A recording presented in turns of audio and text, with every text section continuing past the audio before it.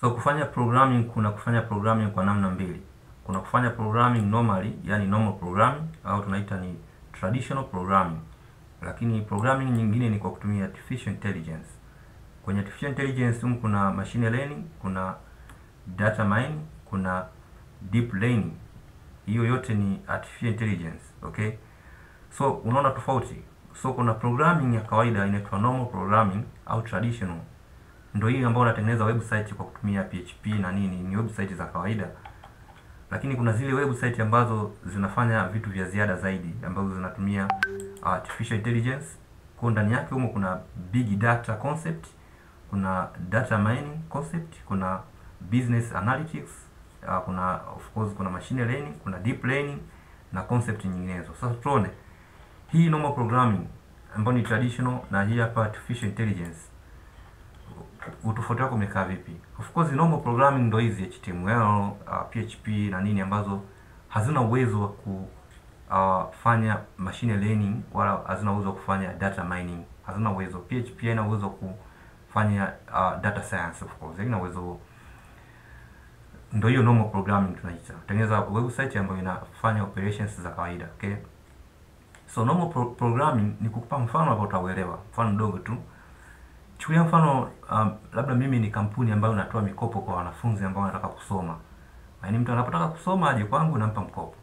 Lakini na mimi na masharti kwa mwanafunzi ambaye atakuwa na kipaumbele cha kupata mkopo ni yule atakayekuwa na jinsia ya kike, mfano ambao tunawapromote wasome, labda ambaye ana uwezo, labda ana disability, labda pengine ni mlemavu nini, anapata kipaumbele cha mkopo, hana wazazi, has no parent, au amefaulu masomo ya science sometime lakini ana ufaulu mkubwa high grade. Mtu wa hivi basi mimi nitampa mkopo. Kwa hiyo ukitumia normal programming au traditional programming, unataka utengeneze website ambayo mtu atakuwa anaingia na kuomba mkopo kwa kuingiza hizo taarifa. Yaani kama ana upload vyeti vyake, kama hana wazazi manake ata upload cheti cha kifo cha wazazi wake. Kama ufaulu tutaona ufaulu wake pale na nini akiingiza index yake, namba ya form 4 form 6. Hizo taarifa tutazichukua zote alafu tutaje kuzifanyia analysis kwa kutumia normal programming au traditional programming ambayo ni PHP as well au Java. So tutachokifanya ni kwamba ikiwa huyu mtu ni female na akiwa ana disability na akiwa hana wazazi, alafu hapo amefaulu masomo ya science mfano, lakini hapo ana high grade, huyu mtu tunampa mkopo wa 100%. Loan manake ni 100%. Lakini ikiwa pengine ni female lakini ana uwezo, anaona vizuri na nini, na wazazi anao, ila amefaulu masomo ya science na ana grade nzuri, huyu mkopo anaweza kupata 50%. Lakini pia anaweza kuwa ni female lakini ana matatizo, labda pengine ana disability lakini wazazi hana, lakini masomo ya science amefeli lakini ana grade nzuri, huyu naye 50%. Sasa maana hizo zitakuwa ni if condition, unaziandika if condition. Sasa hizo if utaziandika ngapi? Maana itabidi ucheki kitu kimoja baada ya kingine hapa. Ucheki kama female, je, uje ucheki disability, has no parents, okay? So je, ucheki amefaulu hajafaulu, uje ucheki. Sasa mimi nimeweka hizi state of nature chache sana. Nimeweka 5 tu. Sometimes zinafika hadi 10. Yaani mtu unaangalia hiki, unaangalia hiki, unaangalia hivi, vigezo vingi sana. Sasa hapo if conditions utaziandika maelfu kwa maelfu. Kwa hiyo hapa na hizi ni kesi zangu, nitaziangalia na wanafunzi atapata mkopo. Hiyo maana yake nini? Maana yake ni kwa kiasi gani utafanya arrangement ya haya mambo. Arrangement ambayo haina order. Naweza nikaja kwanza na hana wazazi lakini amefaulu, au naweza nikaanza na jinsia lakini yani naweza nikaanza na vyovyote kwenye hiyo if condition. Maana hiyo order haiwezi ikaleta mantiki vile. Maana utaandika if condition ngapi? If condition utakozaandika hapa ndio ile concept ya n combination r. N combination r maana ni nini? Maana n yangu ni 5, r ni 2. 5 maana ndio hizi hapa. Na 2 maana ni hizi. Kuna full, kuna half. Half maana loan anapata full, au loan anapata half, anapata nusu.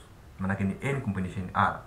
Maana nini? Maana hapo jibu utakaolipata ukitumia formula hii, if conditions zitakuwa ni 44. Utaandika if condition 44 na zenye efficiency ndogo sana. Sasa hiyo ni normal programming. Normal programming mara nyingi tunatumia if conditions kwa ajili ya ku-evaluate criteria fulani kwenye normal programming. So normal programming unakuwa unatumia nguvu nyingi na nini, na haiwezi kufanya data science.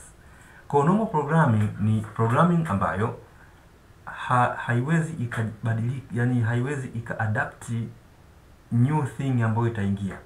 Yani nikiandika if, manake condition ni hiyo hiyo na ita-evaluate kitu kile kile daima, hata kitu kikibadilika ni hivyo hivyo.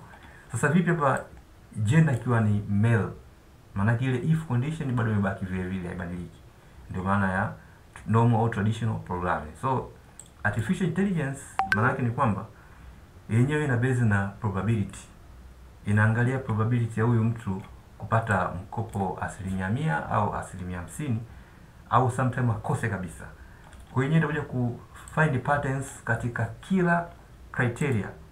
Kwa hiyo itakuwa na search kila criteria, yani pattern badala ya pattern inakagua. Kisha inaangalia relationship baina ya hizo data. Kisha ina learn katika hizo data experience kwamba watu wenye sifa fulani wengi walipata mkopo au kupata mkopo. Ina just kucheck hizo patterns. Kisha analeta nini, inaleta probability pale kwamba huyo mtu anakuwa apate mkopo wote au apate.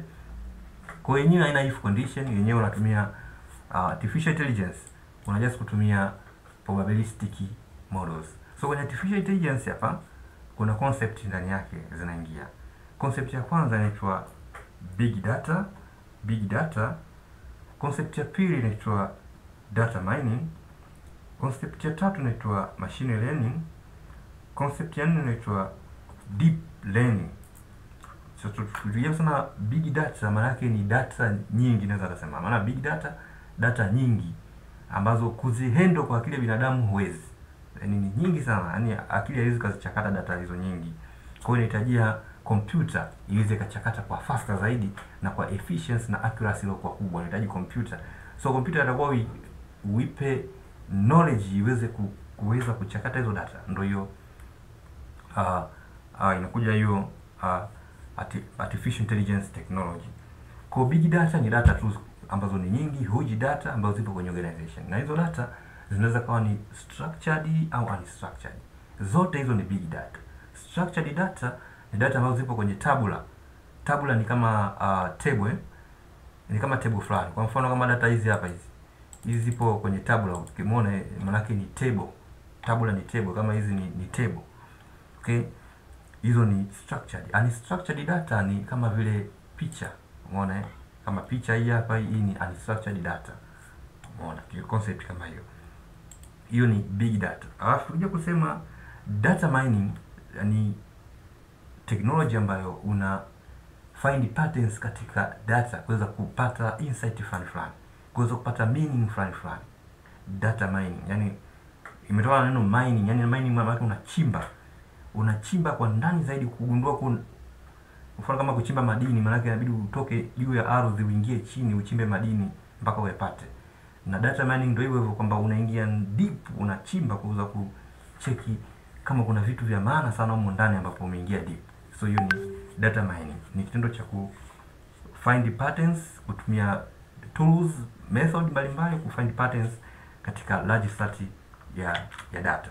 Okay? Hiyo ni data mining. Na unapofanya data mining, so data unazitoa wapi? Unazitoa kwenye big data. Kutoka kwenye big data. So ili uweze kupata majibu mazuri na ili uweze kufanya data mining inahitaji data ziwe nyingi. Kwa ukiwa na data nyingi ndo unaweza kufanikiwa katika artificial intelligence. Kwa kwenye data mining, data zinatoka kwenye big data. So big data inaweza kuwa ni file la Excel, lakini data zinakuwa ni nyingi. Concept nyingine ni machine learning. Machine learning ni kwa vipi unaiteach computer kuweza kuperform task ambazo haikutengenezwa computer hiyo kufanya task hizo. Unaipa knowledge computer kwa kuiandikia kodi. Hizo kodi ndio hizo models mbalimbali za predictive model au descriptive model. Nyingine ni deep learning. Okay, so kuna machine learning. Deep learning ni machine learning lakini unaingia very deep.